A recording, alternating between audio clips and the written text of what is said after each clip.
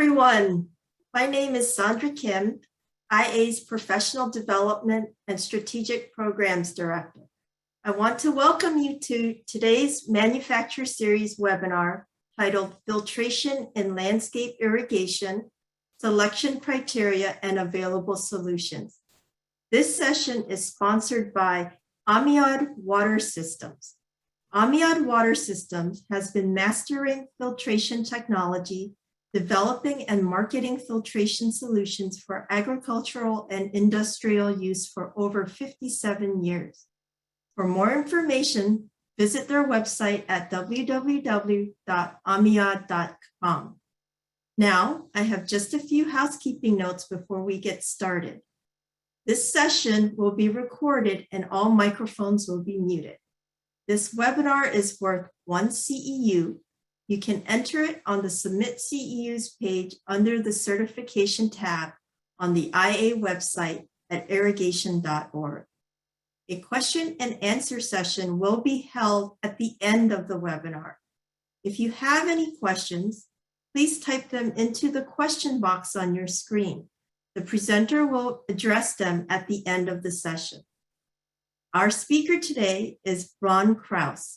Ron is the National Landscape and Greenhouse Team Lead at Amiad Water Systems.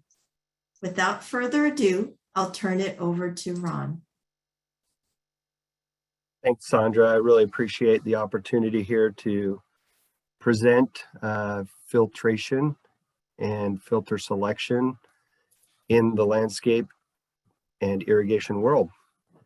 I'll give a little bit of background about myself. I am Ron Kraus, and I am the irrigation or landscape irrigation sales manager for Amiad USA. I have about 35 years of experience in the landscape market, anywhere from contracting to distribution to manufacturing rep and sales, and also water management. So I've been around the landscape world for quite some time now. I've tried to get out, but just can't find my way out, partially because I love it, and partially because it's pretty much what I know. So here we go.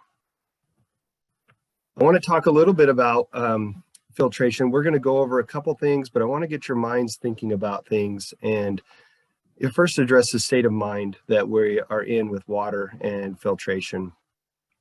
And then we're going to address where do we start and how we start the process of selecting a filter. And then we're going to talk about our thinking process and how we go about working through that process of selecting a filter that makes sense for your project. And then we're going to go over a few case studies that we have, and we'll kind of address a summary at the end. And then, like Sandra mentioned, we're going to do some Q&A at the end. So feel free to type in your questions during the presentation, and we will get to them at the end of the presentation. And then, as always, we'll have contact information at the bottom or at the end of the presentation. And you're more than welcome to call or email me with any questions that you may have regarding filtration. So in order to start, I want to get kind of do a little exercise here. When you look at this picture, what do you see? Think about it, process it for a second. And then we step back and we realize it's a pencil. I got another one here. What do you see? Well, a cigarette. I've got one here for the engineers on the call, or mechanical people. What do you see in this picture? A crescent wrench. Many of us might be familiar with that. So what are we looking for, and why would I do that? Really what I'm hoping is we take a step back and look at the bigger picture when we're dealing with filtration. Sometimes we get narrow-minded and focus in on a certain solution that is going to probably be okay and probably solve the issues that they might deal with in some aspect. But we like to take a little bit broader perspective on projects and different things so that we can make it a lasting solution that solves issues that maybe aren't seen right off the bat. So where do we start? Many of us would probably start by picking our style of or type of filtration, whether it be disc, screen, media, microfiber, or we could go right to the filters themselves and just say, well, I need a EBS, or I need a, Filtamat, or some sort of larger filter, or other types of filtration. This is not necessarily the right approach. This is a approach, but it's not necessarily the right approach to start. The first thing we like to do is the consideration in selection of filter on a smaller scale is we have 4 key parameters, or quick and easy selection questions that we'll ask anyone when we get a phone call. What's our flow rate? What's the gallons per minute that are flowing through your pipe? And with that, we obviously need to know the pipe size or the line size.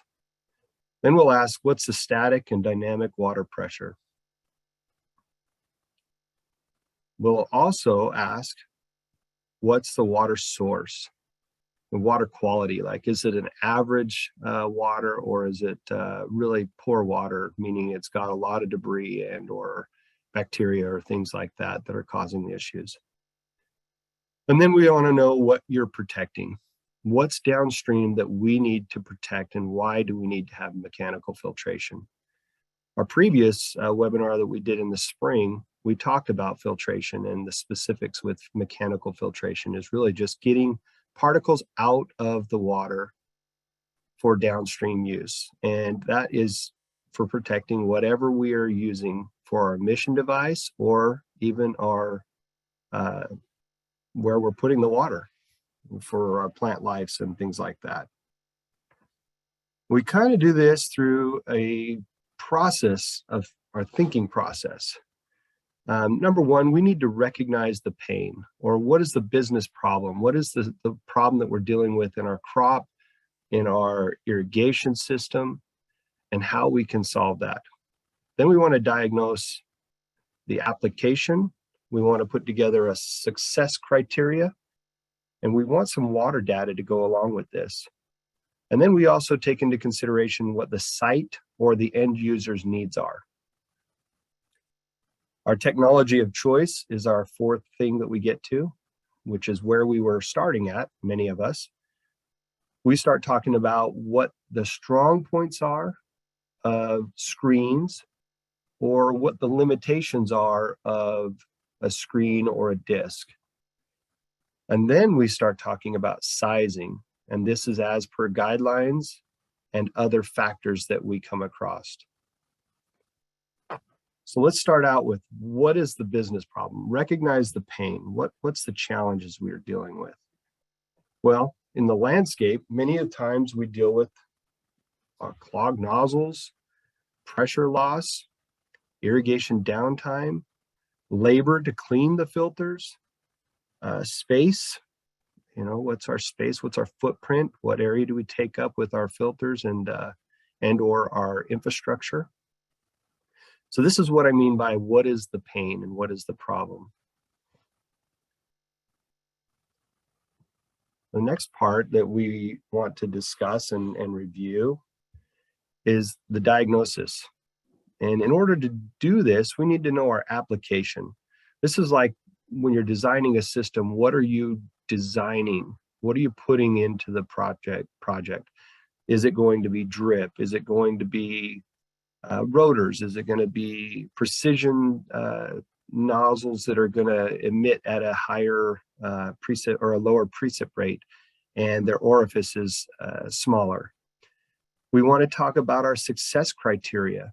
Go over how this has worked and what we can do to achieve the success we need. We need some sort of water data. And this is mostly on larger projects. On smaller projects, sometimes we can get away with our best guess in terms of what the water quality is going to be. But it's nice to be able to have some sort of water data. Generally speaking, on recycled water projects, you can get that information from the municipality that's providing the water. If it's surface water, sometimes that's going to be more of a guess. There are testing facilities that will actually take your water and test for total suspended solids. And this is the test we want. It's called a TSS test. And it will give you basically information of what volume of Micron is in the water. And we'll talk about that in later slides. And then we need to understand what the site dictates to us and the end user. This is where it comes into footprint and the size and the complexity of the project. So we want to consider all of those options when we come down to diagnosis. So this is a particle size distribution. Basically, this is a test broken down into charts and graphs that help us understand at what micron, like what size range, we have what types of parts per million, and what that means to us and what that means in terms of how we filter. So if you look at the left chart, we have basically 12 parts per million at the 50 to 100 micron arena. And now we look down at the bottom and we realize that the volume is more important to us than even that other number up top. So the volume of the parts per million, or the particle size, is in the lower vicinity in our count numbers and count percentages. So we consider that when we're looking at all kinds of aspects of filtration. So these charts help us also as we break down the information. It demonstrates that all particles were greater than 2 micron. And based on the volumetric tests, the median particle size was around 10 micron. So that's where we want to consider our filtration threshold and how we manage that system. Now, many of us in the landscape are probably not going to see a lot of 10 micron. And or even probably 80 micron. We're probably going to be more in the range of 130 to 200 micron is what we typically see, because our irrigation emission devices dictate that. But when we get into these, this has to do with our pathogens and different things like that that we mechanically try to filtrate in systems. Like, for example, the zebra mussel can be mechanically filtrated at a 40 micron. And below. So anything above 40 microns, which basically we found what the larvae is, will help manage the zebra mussel in a system. So just some basic information. Now we got the other mathematical principles that we go along with, but here's the data that goes along with that. We have certain hydraulic parameters that we have to deal with when it comes to filtration and the type of filtration. And the reason that makes sense is when a lot of filtration can be operated through hydraulics, and then others are operated through mechanical motors. And then there's also the pressure required to be able to flow out the backwash to be able to clean the filters properly. We also have a peripheral of available footprint, as we discussed. This is basically what we have space to work with.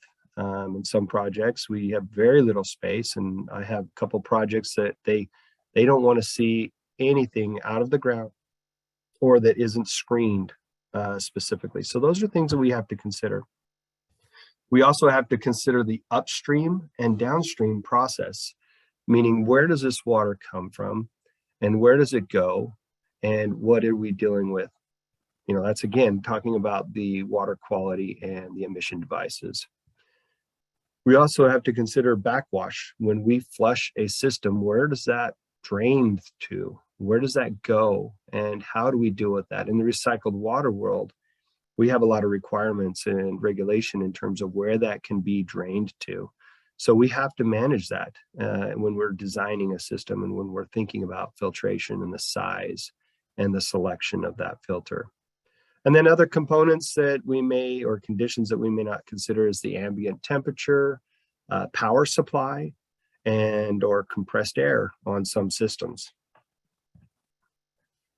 And then what is the end user's type and environment? Is it a remote location? Are the operators that we're dealing with qualified to manage a level of filtration? And then obviously our expected lifetime of a system. There's obviously other special design standards that we have to consider, the ASME, the CE and DW, etc. So those are things to contemplate as we're getting into the diagnosis of the system. All right, we're going to talk a little bit about, well, more about the technology choice and the strong points or limitations. As with most filtration, when I came into this job, I realized that there was multiple ways to achieve the same goal or similar goals with multiple different types of filtration. And as we ask with any of our RSMs or any people that are associated with Amiad, they'll tell you that there's probably 3 or 4 solutions for every project. That's why we talk about strong points and our limitations. These are things that we have to consider as we're going through the selection process, whether it has a benefit down the road and what that benefit might be and why it would be a better benefit than the other. As with most filtration, these are some of the technologies that we have available to us in the landscape. The first 2 are more likely the things that we consider in the landscape. Microfiber is not as prevalent and media isn't as prevalent in the landscape, but is used, just FYI. So this chart here gives us a little bit of background and a little bit of information on, choosing the right technology and what their strong points are. So for example, if we look at the disc filter here, it's a polymeric construction, seawater and aggressive water applications, it's chemical resistance, it's high organic loads, down to 10 microns. So this is a technology that has a good strong point in that area, in that field. The temperature band versus pressure, relatively strong, but it does have a limitation on that. It also has limitations based on its minimum backwash pressure and what it's going to require in terms of flow to be able to flush properly for the automatic filters. So it has its pros, but it also has its cons. And again, we have to deal with our backwash source, internal and external, like how we deal with cleaning those filters. If there's not enough pressure, we have to have air. If it's accurate pressure and has enough flow, then where does that water go to? So again, strong points and limitations that we see. We're going to now talk about the screen filter. Small footprint, high temperature, high pressure, coated welded alloys, polymeric.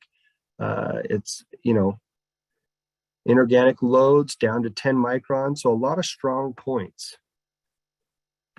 And here's a list of all the things that we kind of have to deal with, but there's not a lot when it comes right down to it. So its cleaning mechanism the advantages with the spring-loaded nozzles or the suction nozzles can go down in the range of 80 micron.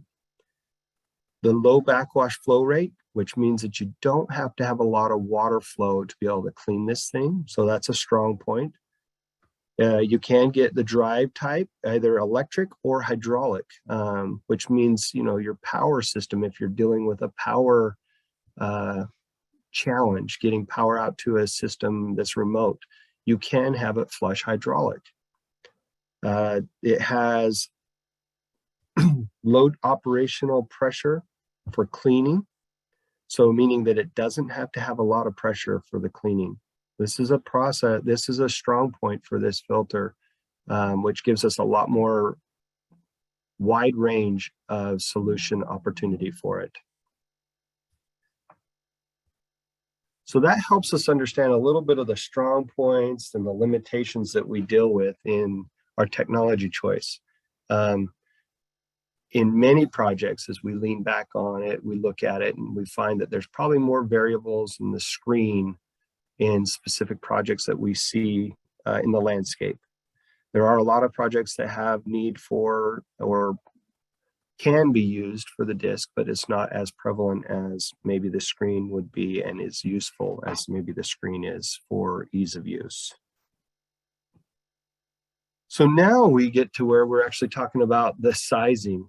And as per our guidelines and other factors, we want to take into consideration all those things, the flow, the rates, the things that are going to matter to us in this system.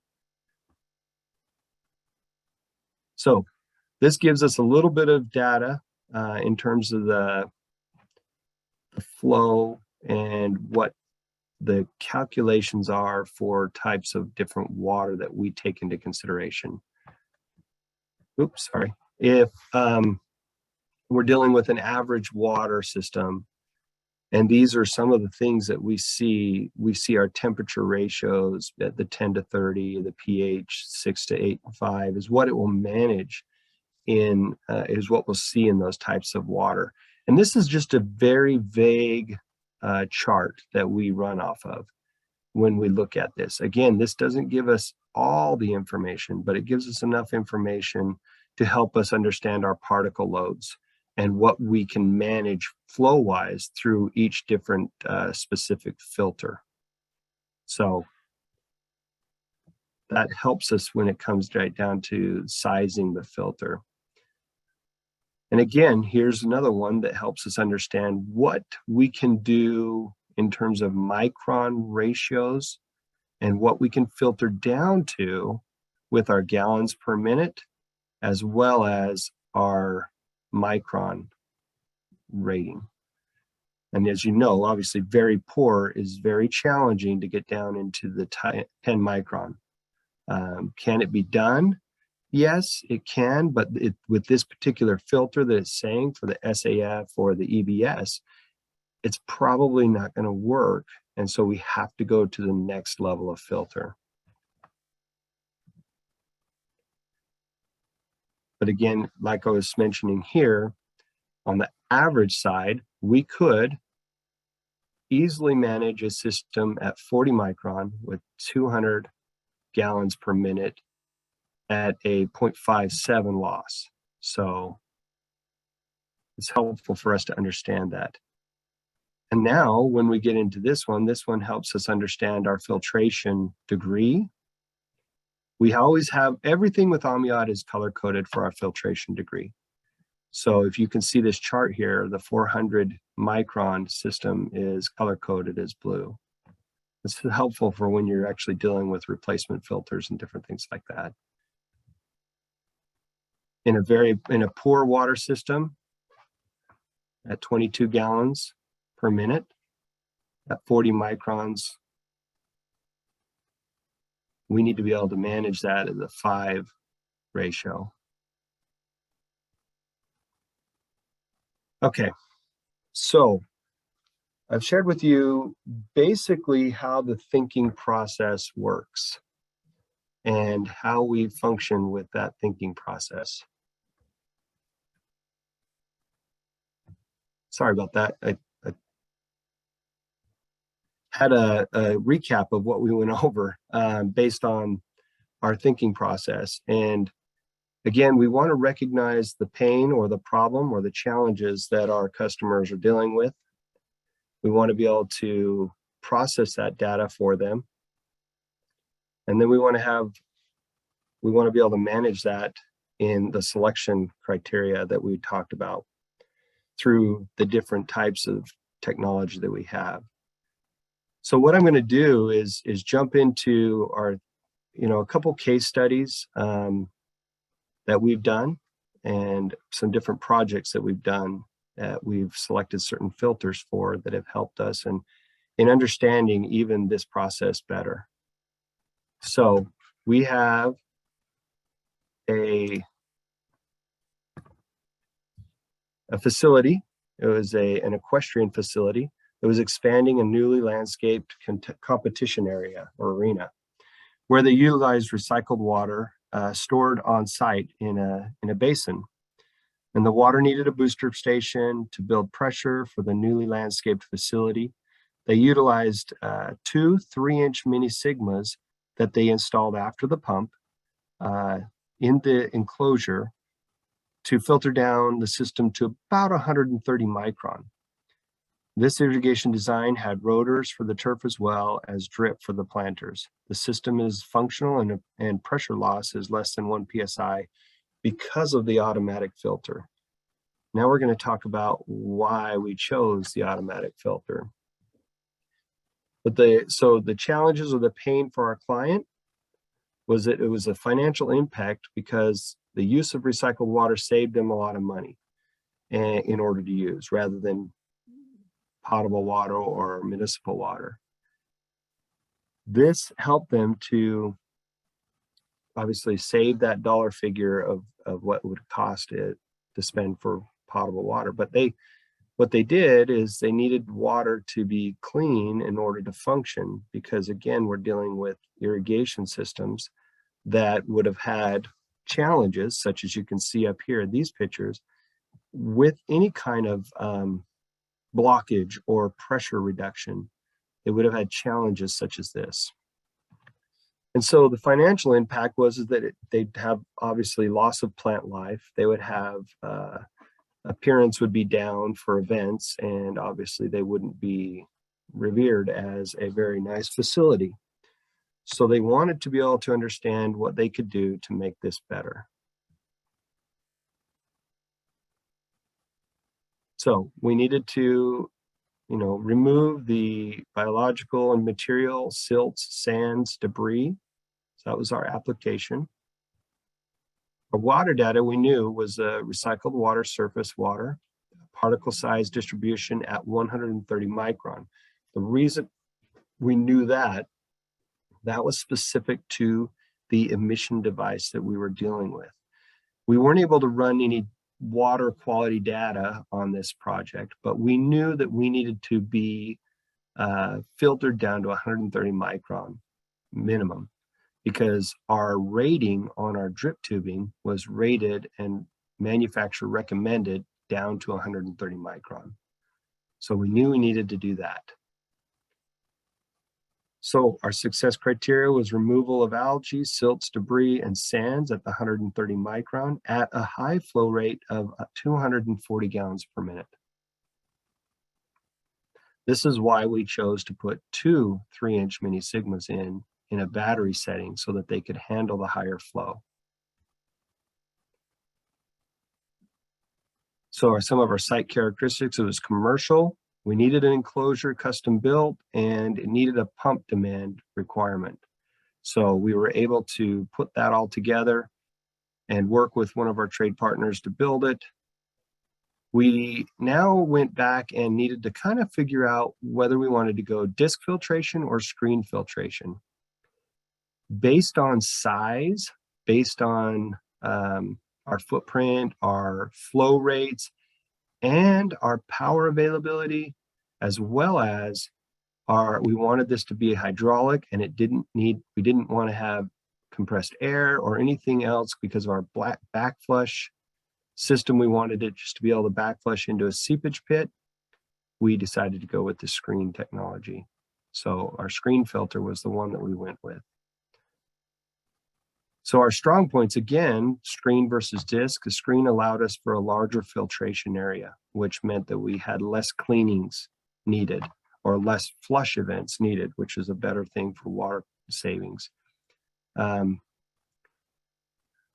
limitations were location and mobility, so filter was installed in the mobile skids, as we mentioned, and also for vandal protection and heat protection, because this is out in the low desert in Southern California. So our sizing, again, the footprint fit with inside of an enclosure that made sense, and it also handled the max flow that we needed to be able to manage the system.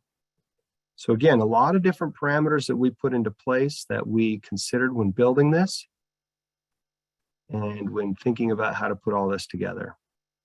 And our end result, we built this system to handle 300 gallons per minute. And this allowed the grounds to maintain flow and pressure to the ornamental landscape and keep the irrigation designed coverage consistent even during flush.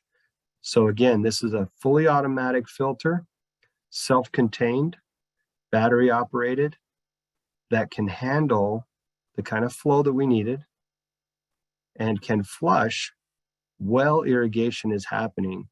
So, and it doesn't lose the pressure that's required to be able to manage the consistency and the efficiency of the irrigation system. So overall, a great selection for this project, and the cost was relative. It wasn't too expensive to put these filters in and manage what they need for a long term. Again, fully automatic, self-contained, so that now the labor savings that they can put out and do other things in the workforce is greatly increased for this client. So again, our great result on a filter that made sense for this project. So here's another case study that we had. We did a project in Tejon Ranch. A little bit of background, it's a large facility mall, like an outlet mall in just outside of Bakersfield, Southern California area. And they had a lot of commercial landscape to irrigate. They had an impact because the area, in order to landscape it, had to be watered by recycled water. And so they were limited on what they could use for water source. The recycled water that they were given or allotted was not the cleanest, had some challenges, had some water quality issues. And so, of course, as we know, that led to clogged emission devices or challenges that they faced with, partial loss of plant life, and it devalued the property overall because they were dealing with those types of clogged emission devices and or clogged nozzles and or even tied up valves or leaky valves. So the cost was not only just loss of plant life, but increased water usage because of the fact that they had CP valves. So our diagnosis, we knew we had some suspended solids to remove, biological materials, some algae, silts, and debris. We knew our water data was reclaimed water, and we had dealt with a little bit of their reclaimed water system up there, so we knew a little bit about what kind of water quality we were getting into. We also, again, knew that we were dealing with a particle size distribution at about 200 micron. So our volume was about 200 that we wanted to manage to. Our success criteria were removal of silt, sands, debris, and algae at a 200 micron based on the emission devices downstream. So the drip, the microspray. We also had a GPM per zone of 30 to 40, along with higher for the larger systems and the larger areas on this site, because there was multiple POCs that we dealt with on this site.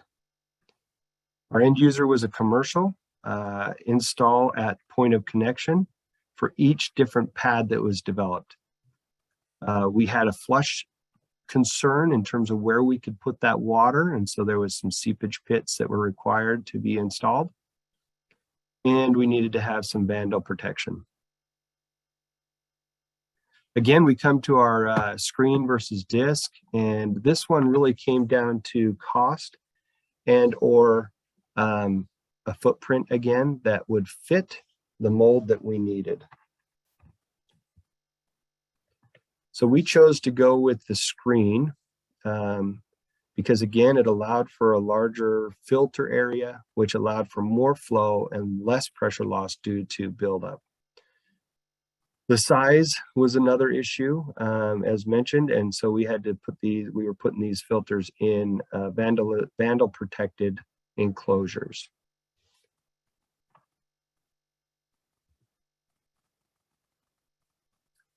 As you can see, our sizing fit perfect into a nice little enclosure that still allows it to be accessible for cleaning, for functionality, for working on and or maintenance.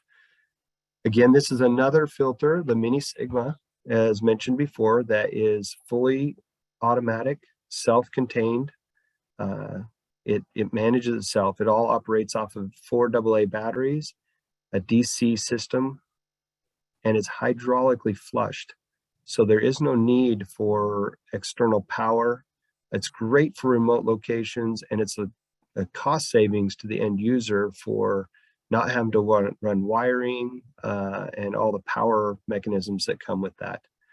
Very simple control mechanism, very simple filter to function and use. And it comes in a 2, 3, and 4-inch size rating. And again, the flow rates are, anywhere from 100 to 400, 350 gallons per minute, and goes down fairly low, but I would check on every system to make sure our flow rates are going to manage what you have. So great filter for that application. We put it in, and it was recommended to design by F1 Irrigation, and the solution, it combines with quick installation and with reduced footprint to vandal resistant cage to ensure that the filtration system can be protected from vandalism and discharge into a seepage pit, not distracting from the surrounding landscape. This filtration design is part of the master plan, again, of this community, and will continue to be used throughout the community. I believe there's 12 of the Filtamat, which is the little bit bigger brother to the Mini Sigma. And then we have 3 of the Mini Sigmas that are in and or being designed to be installed on the systems. So a great long-term filtration designed in for this master plan community. All right, so let's recap a little bit and discuss kind of our process again, the thinking process. Again, with every project we come into, we want to recognize the challenges and or the pain that our customer is dealing with. And again, what is the business problem or the issue that they run into? We now want to diagnose and give a relative action plan to this, like our application. What is our application? Again, that's where we came down to our emission device that we would devise to use and how that applies to our filtration. We then talk about our success criteria, like what's going to make us successful? How are we going to get this filtration down to where it needs to be in, and what filter is going to be used for that?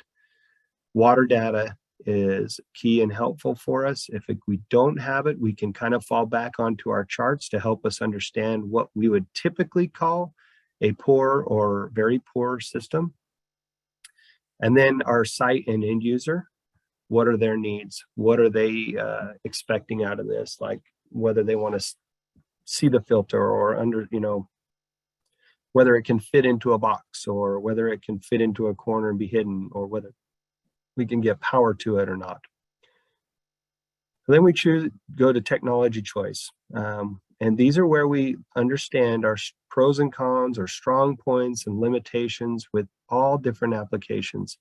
Again, this is where I learned really quickly that many filters can solve the same issue to one degree or another.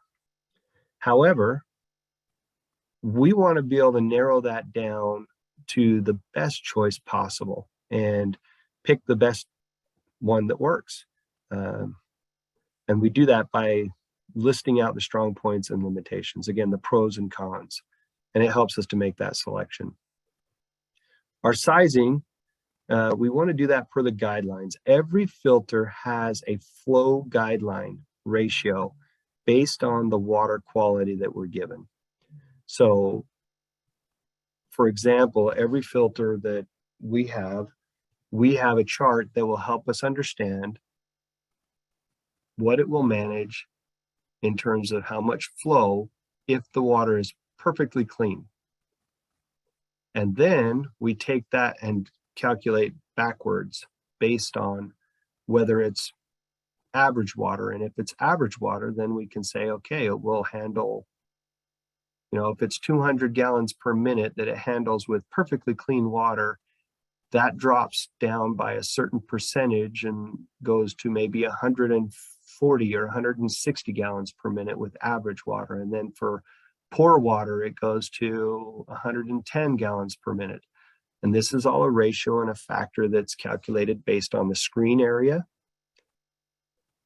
and a lot of different other factors that go into play with that, but how often it flushes, what it will manage on that flush, and the micron ratio that we have on that filter. So a lot of factors go into play when it comes right down to those things. As for designing an irrigation system and or working to start the process, when you're looking at the first application of the project and you've got a set of plans that you've got to design, or you've got a project that you walk onto as a contractor, if anything else, these are the 4 questions that I would ask you all to write down and remember when it comes to Filtration 101. Number 1, what is your flow rate? What's your gallons per minute? How much water are you trying to push through that? And what is your line size associated to that? So if it's a 2-inch and I'm trying to push 75 gallons per minute, this will help us.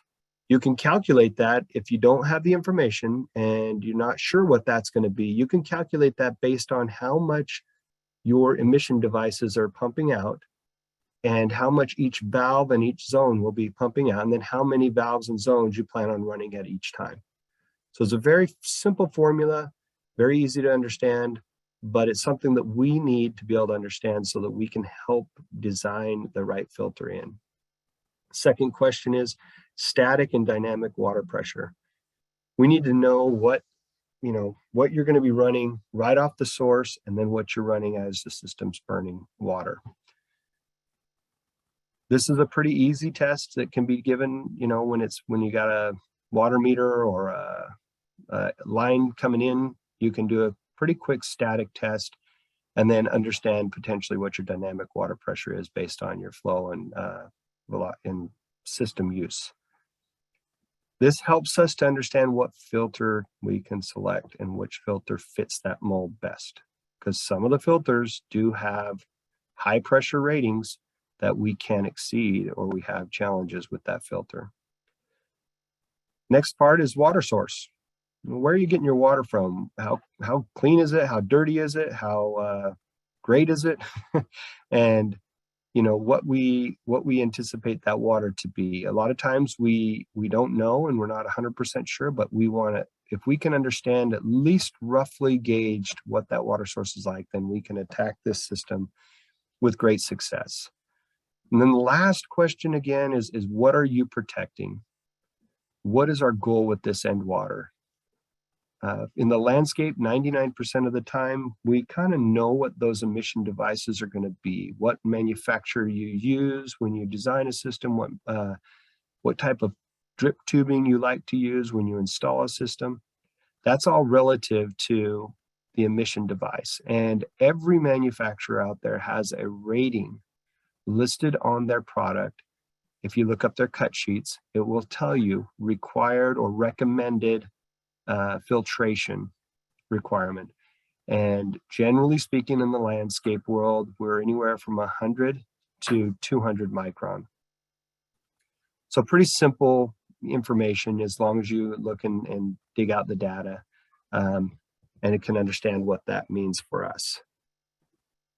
So I wanted to take a moment and just thank you guys for the time to be able to share with you and understand that if there's further questions or things that you're not sure about or things that you're unaware and you don't feel comfortable writing in, feel free to email me. My email slide, I'll share it here in a minute. But the simple solution to filtration is that there are multiple solutions to filtration. However, there are strong points and limitations to all filtration designs.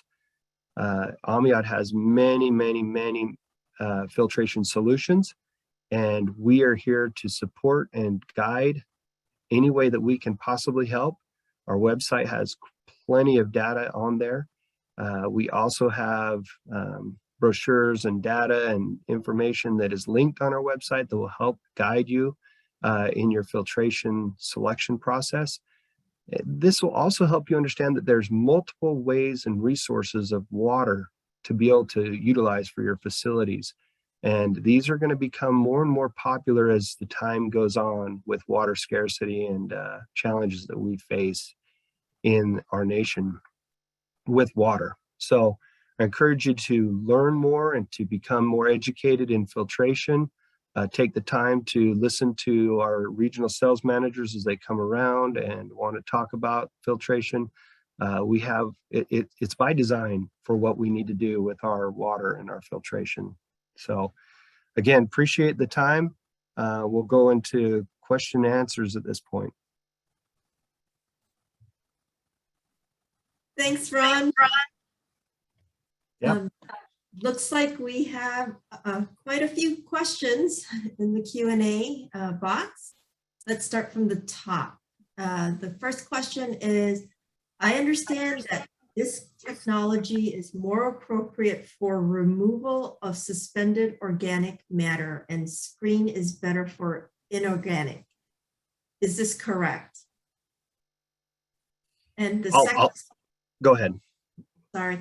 The second part of the question is, if so, and if I have both organic and inorganic contaminants, how do I decide which to use? This great question. I appreciate the question. Thank you very much. The common thought process is just that disc is more appropriate for organic and screen is more for inorganic. However, this is all relative to the style of filtration that you are trying to achieve. And why I say that is because there's multiple styles of technology out there that, or filter types that make a difference in this question. For example, if you were to be in a manual filter and you had a manual filter that you had to clean by hand every day or whenever it became dirty, a disc filter is kind of understood to be that way. However, pull that disc apart and try and clean it during that time. It's more challenging. It's harder to clean the organic matter out of that. Whereas a screen, you could pull it out, spray it off, and it's just fine. The other thing that you get with screen is you get more screen area, which limits or lessens the amount of time that you have to clean. So if you, in my opinion, if you have both inorganic and organic contaminants, I would lean on a screen filter more than a disc. But I would also consider how bad that water is and consider going either a fully automatic filter as opposed to a manual. Because if it's really dirty water, you're going to be cleaning that quite often. Okay, thank you. Mm-hmm. We have another question. It says, winterization by compressed air through units, are there specific on-unit cocks, etc., or needed manual drains on upstream, downstream side, manual drain with isolation valves? Okay, so obviously we're in a freeze zone here, and they're talking about cleaning with or blowing out the system with the compressed air. Every filter is going to be different in terms of what that looks like for that filter. If it's a manual filter or a semi-automatic filter, probably not too much challenge by blowing compressed air through that filter, as it will manage it just like water. However, I'd make sure that filter is perfectly clean before you do that, and maybe even remove the screen before you do that, or the disc, because it will just cause issue. The other thing that I would consider is doing this, if you're dealing with a fully automatic filter that has high pressure, low pressure, different valves and different tubings on there, I would not pressurize that through a compressed air to blow it out. I would do that downstream from that filter. and or remove that filter before you do so. Otherwise, you could damage components on that filter and have a problem. So that has to be individually winterized by itself. Thank you for the answer. The next question is, please discuss ScanAway versus BrushAway semi-auto filters. Perfect, great question. So this is just a technology difference. One is a ScanAway that actually has like a vacuum suction that will suck the debris off the inside of this screen, which will then flush it away. The BrushAway is really, it's a brush, and it has the same type of back flush, but when you physically brush that away as you turn the crank on that semi-automatic. The ScanAway is no different. You're still cranking it, but it has a vacuum type thing. I tend to tell people that this is a product of determining how dirty your water is and how caked that water is going to become. Like if you have a lot of cake matter in your water, and you'll know after the first filtration or after the first cycle, or if you put it in your hand and it cakes up, a BrushAway tends to have a little bit better cleaning, but consider that it also has a little bit more wear parts to it because you have rubbing components that are actually rubbing on each other. A ScanAway is like a vacuum that will vacuum those things, but if it's super cakey, it's really hard to clean that. So again, this comes down to your water and the quality that you have in the water, what choice you have with those two different products. Thank you. The next question is a long one, so I'm going to ask the question and then I'm going to give the background to the question. It is Amiad actively designing or have future self-flushing filtration device that is specifically for residential or small commercial, 10 to 30 GPMs? I can answer that without, I see the background on that, okay. And they have specified. Yeah, so as of right now, the answer is no. Not a fully automatic that isn't a ScanAway or a BrushAway that's a semi-automatic. The fully automatic in a 10 to 30 GPM is not available at this point in time. Okay, great. Thank you. Next question is on residential pump systems where silt gets into irrigation valves. What is the best way to filter and discharge so the filter doesn't clog up too quickly and reduce pressure flow through the valve?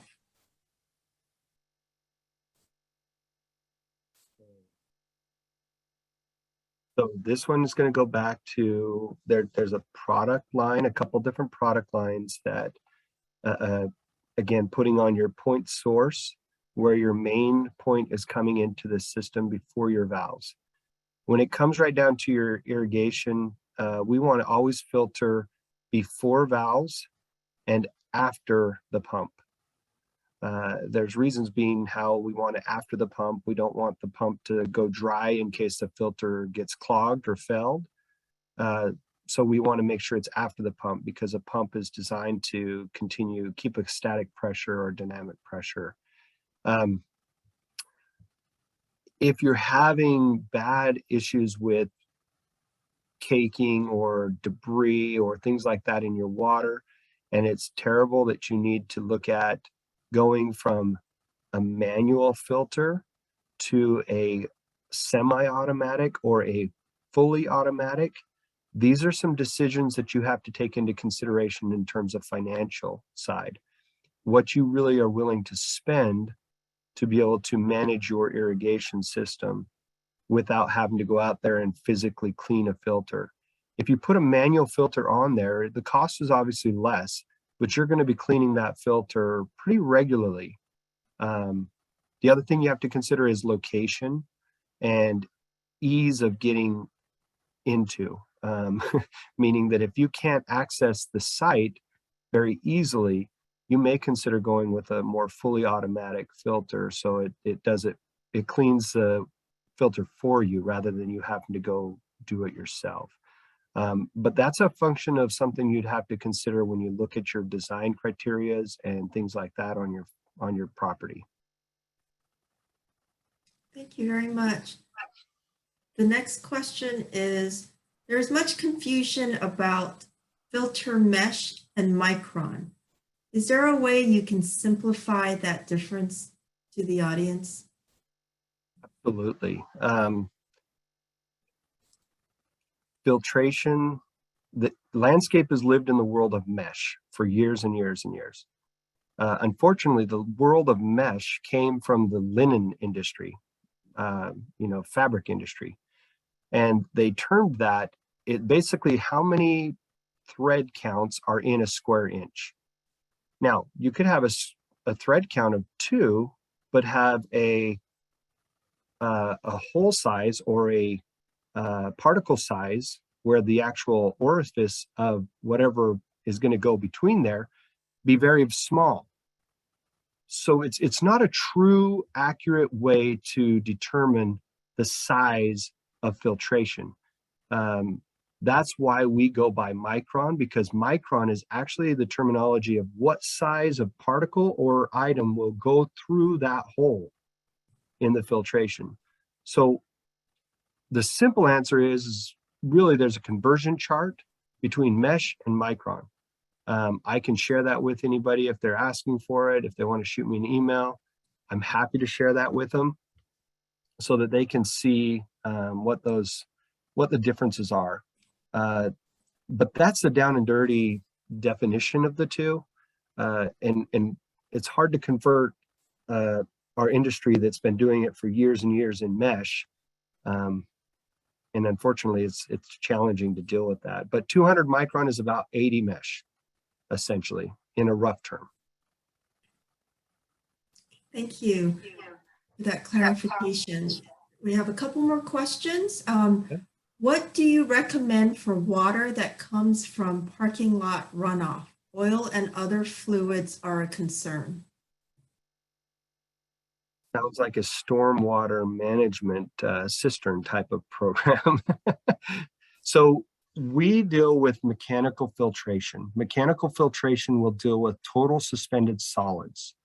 When you get into oils and what they're called as total dissolved solids, which is TDS, that is a little bit different type of, it's not a filtration as much as it is, I mean, you can filtrate that through channels and bioswales and different things like that. But there are systems out there that do that. We do the mechanical filtration for all the debris, silts, and organic, like I said, the total suspended solids. Oils are a little bit different. There are filtration ways to that, but they're more challenging. If you have further questions on that, we can talk. We do have an industrial side that we can talk about and see if we can help you with that type of filtration. Okay, thank you. We are running out of time, so this will be the last question. We see a question in the chat box that says, how are you doing with supply issues? What is the average lead time to get a filter delivered? Depends on what type of filter. Yeah, it depends on filter type. We have a little bit of a challenge on that side, to be perfectly honest. We're not different than many other manufacturers right now. They all have some challenges with the supply chain, whether they're in containers on boats in the ocean or whether their manufacturing list is behind. Our manufacturing is up and we're on queue. A lot of it is the shipping and distribution of that is challenging. For the most part, most of our filters, we can work with our clients to get. Some of our plastics are a longer lead time. I don't know the exact date of that, whether it's a few weeks or months, but I want to say it's at least probably 4 weeks right now on some filters, if not more than some of the larger ones as well. So. Okay, thank you. We are out of time. I just want to share one comment that we did receive. It's a thank you to Ron. The message was that the presentation was very well done. It was very clear and wonderfully broken down. So thank you so much for the presentation. I want to thank everyone for attending, and don't forget to check out our website for upcoming webinars during the remainder of the year. Again, thank you to Ron, and thank you to Amiad Water Systems for sponsoring the webinar. If you had a question that we did not answer, feel free to email Ron. His email address is up on the screen right now, or you could email education@irrigation.org and we will pass your question on to Ron. Have a great day, everyone. This does conclude our webinar. Thank you for joining us.